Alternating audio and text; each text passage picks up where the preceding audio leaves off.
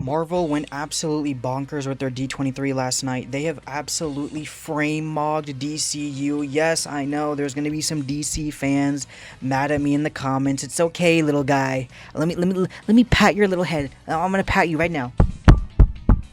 Okay. Oh, what a sweet little boy. Oh, you got your little Jimmy Olsen show. Oh. Okay. No more trolling, no more rage baiting. I'm sorry. It's okay. I was kidding, dude. Relax, man. Chill, bro. Take a chill pill, bro. It was just a joke. I'm sorry, guys. Anytime I ever mention DC, people get so mad at me. It's so funny. I'm just trolling. I have no hate for DC. I genuinely have no hate for DC. It's honestly completely like neutral. It's like I have zero opinion on DC. Like I don't really care besides Batman. But anyways, Marvel had a fantastic D23 last night, and I have to say, I hate using this phrase, but I think it's the best way for me to say it. Marvel is back. MCU is back. The MCU is back. The MCU, after years of just bullhickery, after years of Eternals, of She-Hulks, of Echoes, like we're finally getting some consistency, and that's all I have asked for. I want you to look back on the past 3 Marvel movies. Just notice them, okay? It's been Thunderbolts, a fantastic movie. Fantastic Four First Steps, a really good movie. And then Spider-Man Brand New Day, an amazing movie. We have had back-to-back-to-back bangers.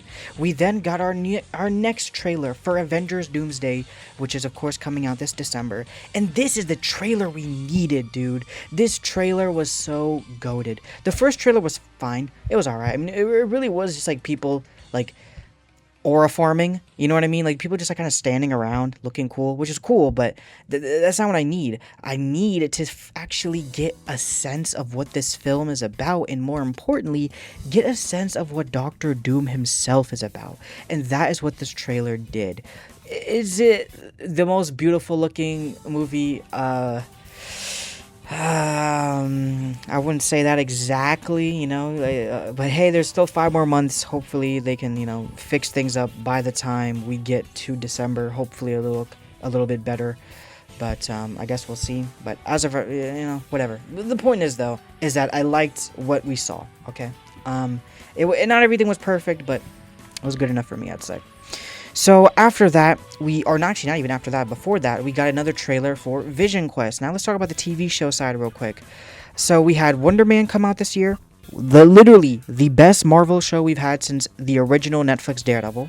Just get that out the way, okay? It's literally up there. It's up there with that, and it's up there with Loki. Okay, then we had Daredevil Born Again Season 2, which was a massive improvement over the mid that was Season 1 last year. Okay, so we're making some good progress right now. We're making some good progress. And then we have Vision Quest. We got the trailer once again last night, and it looks surprisingly awesome. Like, I didn't expect it to look so good, but it is. Like, it just is. It's actually, it looks fantastic. So I am very excited now for Vision Quest. There's only one hiccup, guys. There's only one hiccup, and if you know it, then you know it. It's basically that Wonder Man Season 2, which was originally supposed to be coming out, did indeed get canned. Now, the thing is that Marvel is going to be scaling back on their live-action television, like, shows. Daredevil is the only exception. I don't know why. I guess the fans are crazy enough for Marvel to say, okay, Daredevil, you get to stay. But unfortunately, everyone else has to go. So Wonder Man Season 2 got canned, and of course Vision Quest I'm expecting to be like the last like big budget CGI heavy sort of TV show, and after that we're probably going to start having more of like those grounded television shows, like how it used to be during like the 2015ish era when it was just Netflix.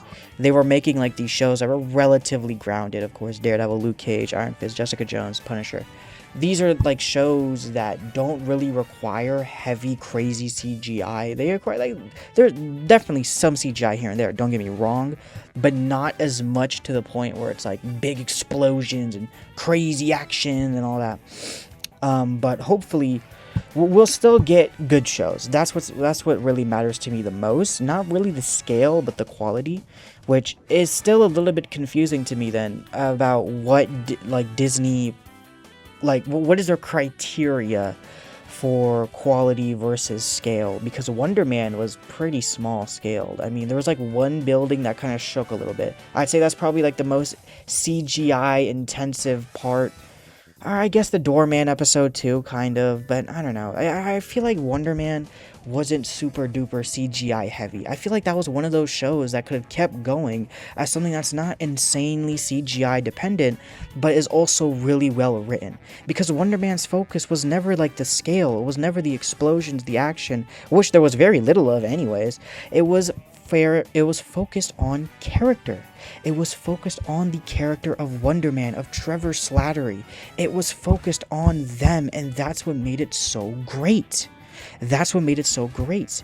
I feel like these TV shows should be used in a way that scale-wise are kind of like whatever, but it's mainly the characters. That is what is focused on, and the movies should be a bit more bigger, you know, with like the events and stuff. I mean, we just had a movie about Spider-Man fighting against the Hulk and then having to fight against Jean Grey, who was mind controlling the hand. Like, that's pretty big. That scale is what I'm talking about. That should be reserved for the movies, which is what they seem to be doing again. Well, remember Thunderbolts, they had them fighting against Sentry and then the Void. That's a pretty big deal. The Fantastic Four had to fight Galactus. That's a pretty big deal. And I just talked about Spider-Man, and now we have them fighting Doctor Doom. That's a pretty big deal. So that's the strategy they seem to be going with, and I guess I'm just a bit confused. I mean, mainly it's just about Wonder Man. I'm not gonna lie, I love that show too much. So to have that, you know, to have that slip from my grasp is genuinely so heartbreaking to me. So I really do hope they figure out whatever the hell it is and get Wonder Man into something ASAP. Alright, Destin Daniel Cretton said he wants to make a movie to give Wonder Man another chance. Give it to me! Give it to me! Okay, like, goodness gracious. Alright. So we've talked about that. Let's look a little bit ahead. Now, the big thing is X-Men. So, we finally got our X-Men casting last night as well. And we'll also talk about the stuff we got in San Diego Comic-Con as well. But let's talk about this X-Men first, because that's actually the first thing that's coming in 2028. So, obviously, you guys know 2027 is going to be pretty barren. All we have confirmed is Daredevil Born Again Season 3, and then Avengers Secret Wars. And that's it. I guess you could Spider-Verse, but that's Sony, so not really. But, yeah, those two, that's all we have. So pretty barren year for 2027. They probably want to give us a little bit of a break, you know, it's sort of like a lay off a bit, build up aura, build up hype for Secret Wars, and then to start blasting us right out the gate into the Mutant Saga. And the Mutant Saga is starting off strong, dude. Can we just compare the first years of the Multiverse Saga and the Mutant Saga real quick? Just movies. I'm not going to talk about the shows, just movies, because we don't know what shows are coming out in 2028 just yet. So just the movies. Okay, and in the first year of the Multiverse Saga, 2021 is the official year, we had the movies Black Widow, which was about the girl that died at the end during Endgame, remember that? So we had that. Then we had Shang-Chi, which I thought was fine. Most people liked it a lot more than me, though. And when's the next time we see Shang-Chi? Because, I mean, hey, it was a pretty popular movie. That means we have to see him soon, right? 5 years later. 5 years later. Okay. Eternals. Okay, yeah. I need I say more? Okay. And then Spider-Man No Way Home, which, yeah, sure, I think the concept was really cool. Yeah, sure, I think the writing was actually pretty good. And yeah, sure, there was a few action scenes here and there that were pretty good, but you can really tell now, dude. Like, I don't know if it's just the way the movie aged or what, but damn, you couldn't tell that movie was made during COVID. Goodness gracious. So, you had 4 movies. The best one is the COVID movie. The COVID Man, okay? So, that one was the best. All right. Yikes. Let's now move on to the Mutant Saga. Okay, we have the Mutant Saga. What are the first 3 movies? Okay, movie number 1, X-Men. X-Men. X-Men. Okay, X-Men. Who's directing it? Jake Schreier, who did Thunderbolts, who did Beef. Writers, same people. The guys that did Thunderbolts. Cool. Oh, how about the casting, though? Kit Connor as Cyclops, Indy Navarrete as Rogue. Of course, we all saw her in Obsession. We all liked her there. You know, she's kind of cringe as a human being, but you know what? She's a good actor. Fine. That's all I care about. Oh my gosh. Sadie Sink as Jean Grey. Sadie Sink, like the only good part about Stranger Things post season 1. Oh my gosh. And then her acting chops really shined that we saw in Spider-Man Brand New Day as Jean Grey. Was fantastic. Oh my goodness. Christopher Abbott as Professor X. You have Samara Weaver as Emma Frost. She's bad as hell. That's all I want to see. And then you have Maya Boyd as Storm. Fantastic. And she's a Broadway actor. And some of y'all are like, oh, I don't know who this person is. No one really knew who Hugh Jackman was either. And then he became Wolverine. So, just saying. He was also a Broadway actor, by the way. I think he still is a Broadway actor. How could I forget Adam Driver as Mr. Sinister? Yeah, dude, we're eating. Come on, dude. This X-Men movie, we're eating, man. Come on. Let's not even trip.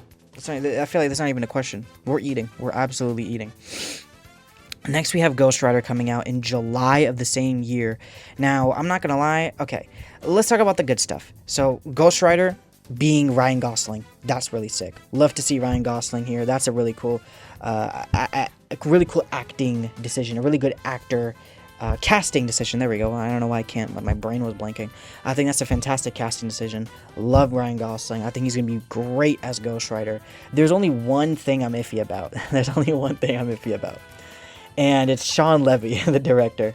So, you know, Sean Levy, I watched Deadpool and Wolverine. I thought Deadpool and Wolverine was a fun film. I don't think Deadpool and Wolverine was anything sort of like, let's say, thought-provoking. It wasn't really thought-provoking, something like Thunderbolts was, or even Spider-Man Brand New Day. But it was a fun movie, okay? That's what Deadpool and Wolverine was. It was a fun movie, and it made $1 billion, okay? And I feel like another thing that we're not considering just yet is this new Star Wars movie that they're also making together. So Ryan Gosling and Sean Levy are also making a Star Wars movie together. And I forgot what it was and everything, but not really into Star Wars as much as I used to be.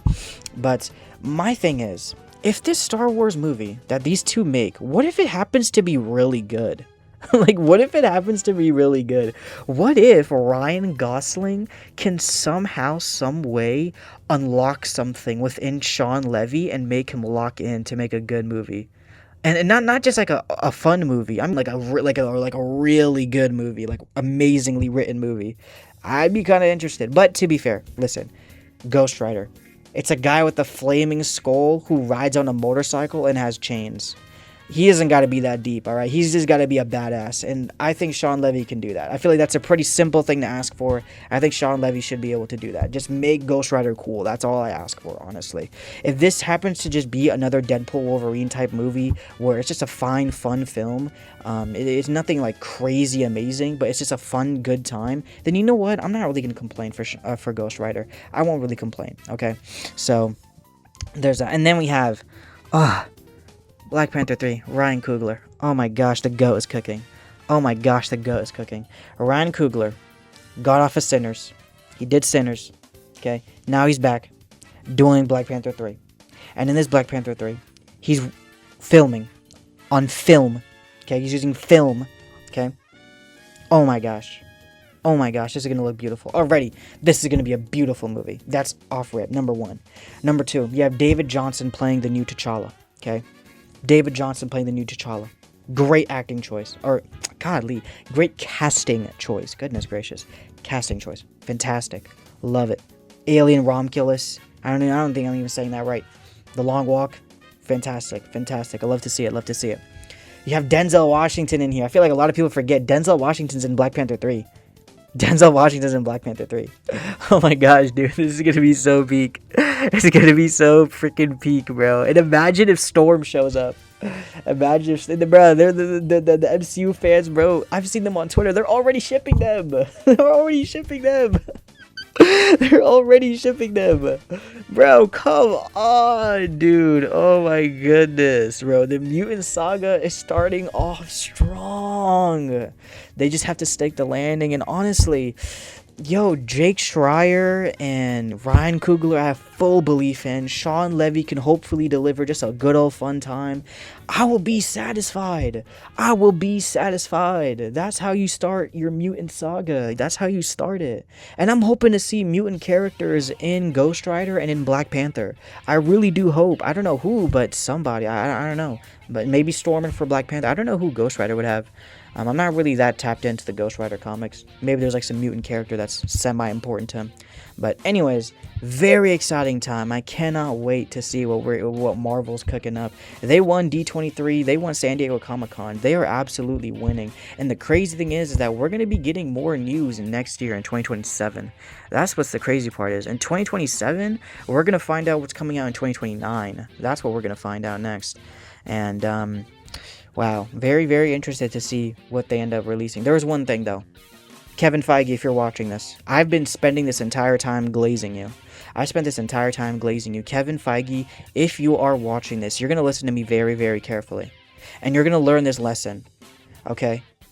You should have already learned this lesson. Hopefully, I don't even have to explain this to you. You should already, oh yeah, I know exactly what he's talking about. You need to start making Avengers movies, okay? Wait, but Doomsday and Secret Wars are literally coming out. No. Those are event Avengers movies. I'm talking about regular Avengers movies, where it's just like a group of superheroes. Those Avengers movies, that is what I am talking about. That is what I am talking about. Okay? Because Phase 4 could have easily ended with Avengers Secret Invasion, tying everyone together, giving Shang-Chi more light, making Sam Wilson's Captain America have more than one movie appearance before Doomsday. Yeah. Okay, so y'all could have easily done that back in Phase 4. You didn't, for whatever reason. Phase 5 ended with the New Avengers, which, yeah, I liked Thunderbolts, but they're not the Avengers, alright? They're not the Avengers, come on. They're not the Avengers, alright? So we've been without the Avengers for a good minute now, and now all of a sudden we're getting them in Doomsday and Secret Wars. That's going to be very difficult to sort of pull off. So let's not remake that mistake again. A lot of people don't really have much faith in Doomsday or Secret Wars. Why do you think they brought back Chris Evans and RDJ? Come on, that's why. There's not much faith in the Avengers team because we didn't get to see them. We didn't get to see them before pushing them against Dr. Freaking Doom. So, yes, from now on, lock in. I want to see Phase 7 of the Mutant Saga end with an Avengers movie. It doesn't even have to be a big one. It doesn't have to be a big one. It just has to be one that establishes the new Avengers team. What is the Avengers team looking like post Secret Wars? That's all I ask. Please do not do this thing again, where we go almost the entire saga without an Avengers film, and now we have to cram everything into the last two. Please. Thank you for watching. See y'all later. Have a good one. Bye-bye. Now give me a kiss before we go. Mwah.